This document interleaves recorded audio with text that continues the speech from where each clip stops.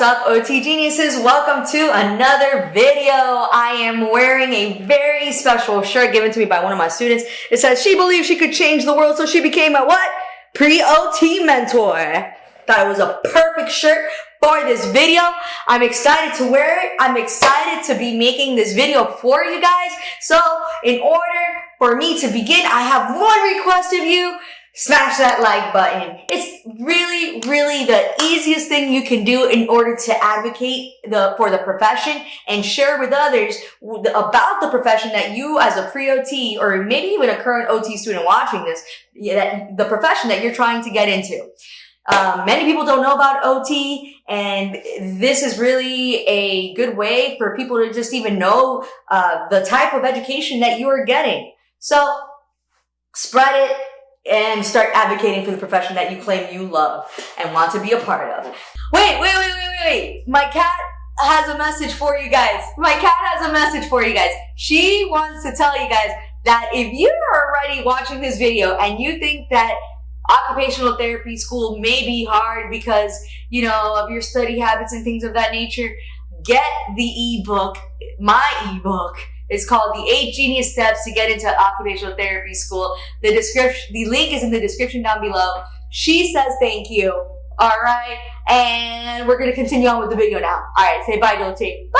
Now, is occupational therapy school hard? I graduated back in 2016 in December and then started practicing 2 months after. Like, I passed my boards right away, got a job right away. And by February 2017, 2 months later, I was already practicing. A month and a half in, actually. By a month and a half, I was already passing my boards and practicing. So after graduation. Now, things have changed, especially with COVID and everything. But I can tell you that the answers you're going to hear from people really do vary. But this isn't OT Genius for nothing. I'm going to give you a response that is just really completely honest. So let's just get into this. I believe, based on my experience, that occupational therapy school, in terms of the concepts that you're learning, is really not that hard. It's fairly straightforward. The concepts are pretty easy to understand. But why is it easy to understand for some? Because I had a good foundation in my prerequisites. All right. I had a good anatomy foundation. I had a good sociology foundation, a good psychology foundation, a good neuro foundation. And I did well in those prerequisite classes. So when I was in occupational therapy school, I didn't feel like a fish out of water learning these brand new concepts that, oh my gosh, I have no idea what they're talking about. This makes absolutely no sense to me.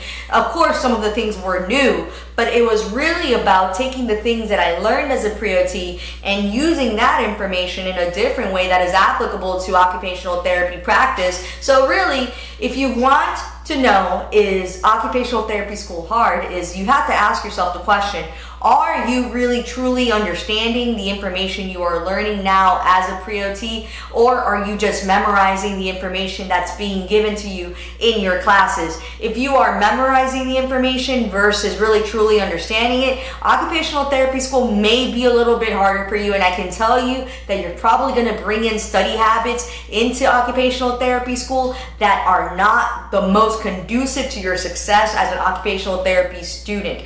Just memorizing information as an occupational therapy student is not going to fly, because you really need to see how certain things that you're learning in one class intersects with things that you're learning in another class.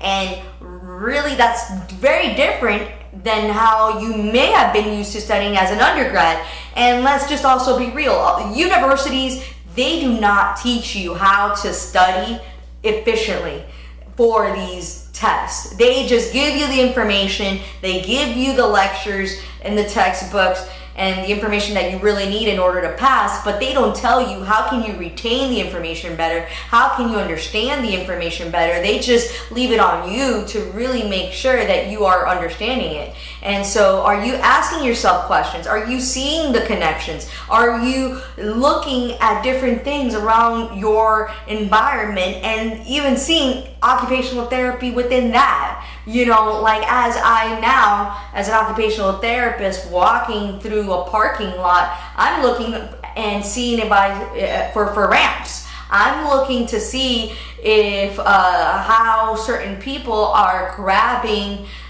things from the shelves in the grocery store. So all of these things change my perspective on how I look at the world, and that's what your pre-occupational therapy requisites should be doing for you.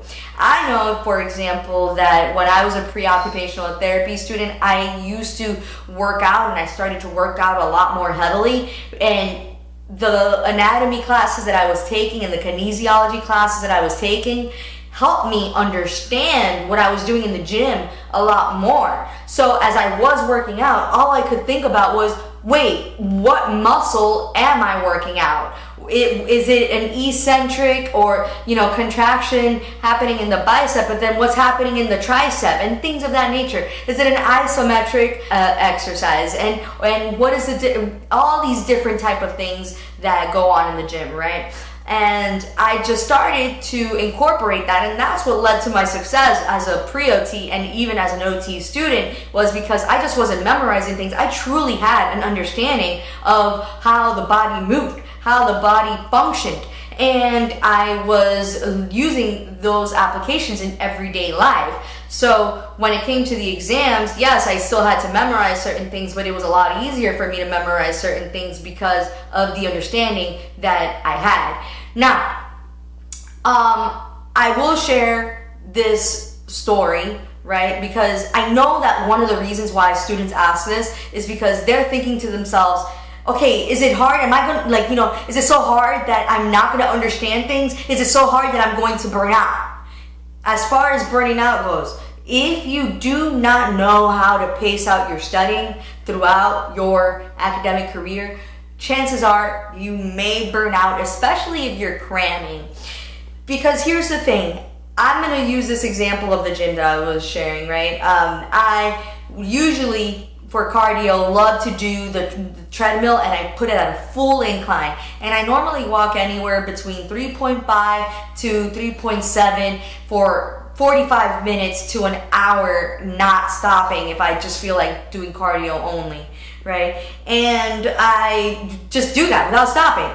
Now, I can't do that if I run at a 6 mile per hour pace for an hour. I can't. My body will burn out, and I will need to stop and catch my breath because I just can't, and I need to listen to my body. And that's the same thing for studying. You cannot cram. It is better for you to actually be able to pace yourself and study throughout the day in little chunks, right, to retain the information, versus sitting down at a library for 3 to 5 hours at a time trying to cram in the information and stressing yourself out because maybe things aren't making sense, and then you realize that, well, you forgot, because you haven't reviewed things in days, and now you forgot the information and you need to actually study longer. So the key is really figuring out, how can I actually study less yet retain more?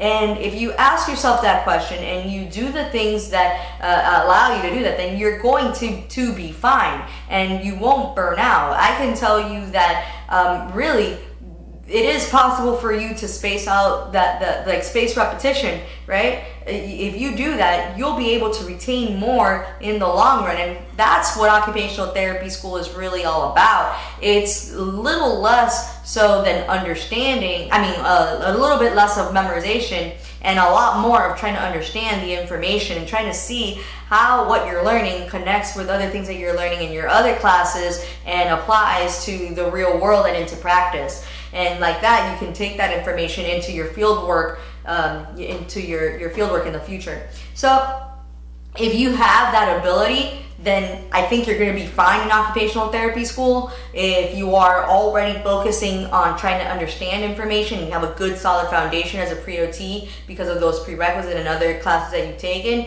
Now, if you are so focused on memorization, you need to change some things, and I can tell you that right now, and start thinking about what study habits you can incorporate and change starting today to improve your chances of getting into OT school. So I hope this helps, and I will see you guys in the next one. Have a good one.